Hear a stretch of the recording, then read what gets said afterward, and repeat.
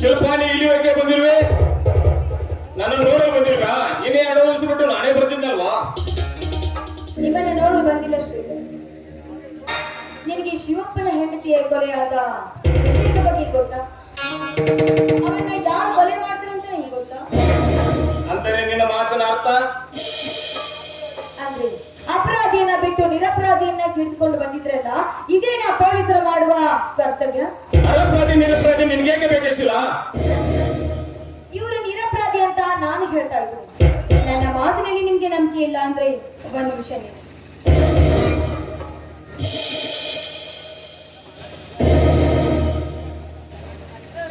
ತೆಗೆದುಕೊಳ್ಳಿ.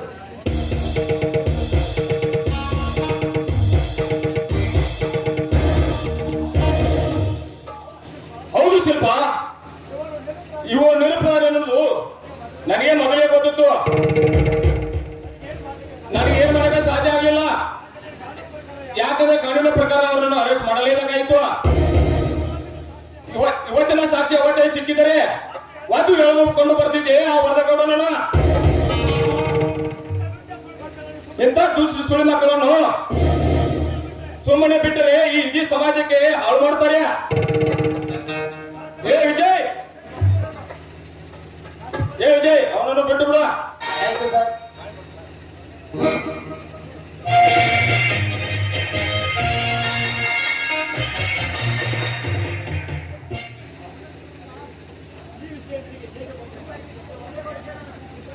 ಈ ವಿಷಯ ನಿನ್ಗೆ ಹೇಗೆ ಗೊತ್ತಾಯ್ತು ಶಿಲ್ಪ? ಶ್ರೀಧರ್, ನಿನಗೆ ಬೇಕಾದಂತ ವಿಷಯಗಳು ನಿಮ್ಮ ಕೈಯಲ್ಲೇ ಇದೆ. ಮತ್ತೆ ಬೇರೆ ವಿಷಯ ಕೇಳುವ ಅವಶ್ಯಕತೆ ಇಲ್ಲ. ಅಂದರೆ ನಿನ್ನ ಮಾತಿನ ಅರ್ಥ? ಈ ವಿಷಯ ನಿನಗೆ ಗೊತ್ತಾಗಿದೆ ಅಂತ ಮೇಲೆ ಮತ್ತೆ ಕೇಳ್ತಾ ಇದೀಯಾ? ಶ್ರೀಧರ, ನಾನೆಲ್ಲ ಹೋಗಿ ಬರ್ತೇನಪ್ಪ. ಮಾವ, ನಾನು ಮಾಡಿದ ತಪ್ಪನ್ನು ನನ್ನನ್ನು ಕ್ಷಮಿಸಿ ಬಿಡುವ.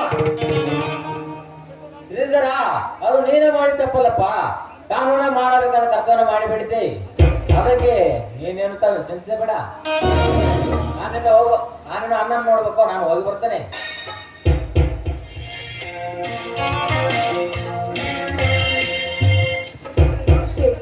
ಇವತ್ತಿನಿಂದ ನಾನು ನಿಮ್ಮ ಜೊತೆಯಲ್ಲೇ ಇರ್ತೀನಿ. ಯಾಕೆ ಶಿಲ್ಪ, ಇನ್ನು ಆ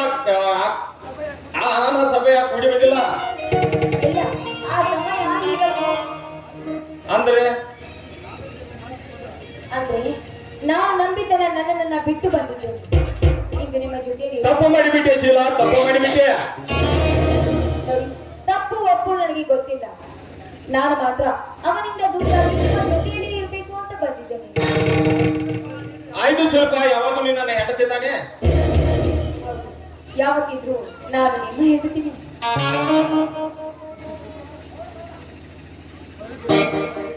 ಮನೆಗೆ ಹೋಗೋರಿಗೆ ನಿನ್ನ ಮಧುರವಾದ ಕಂಠದಿಂದ ಅವನು ಹಾಡನ್ನು ಹಾಡಬಾರದೆ.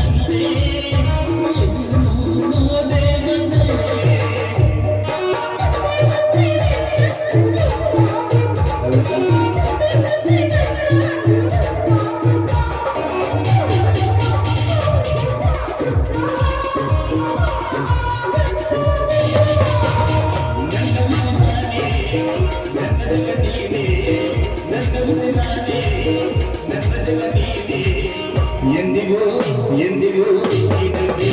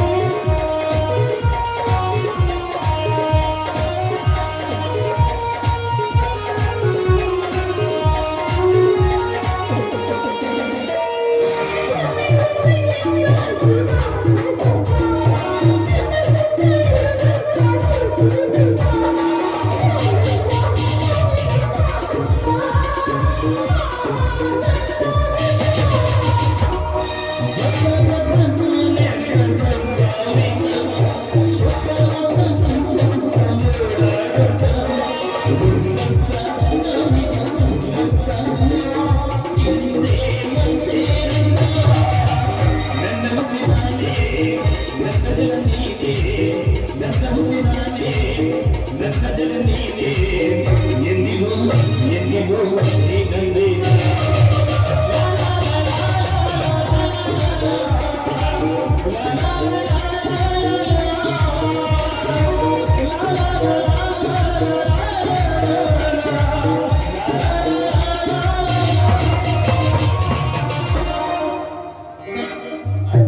ಆಯ್ತು ಸ್ವಲ್ಪ ಹೋಗಿ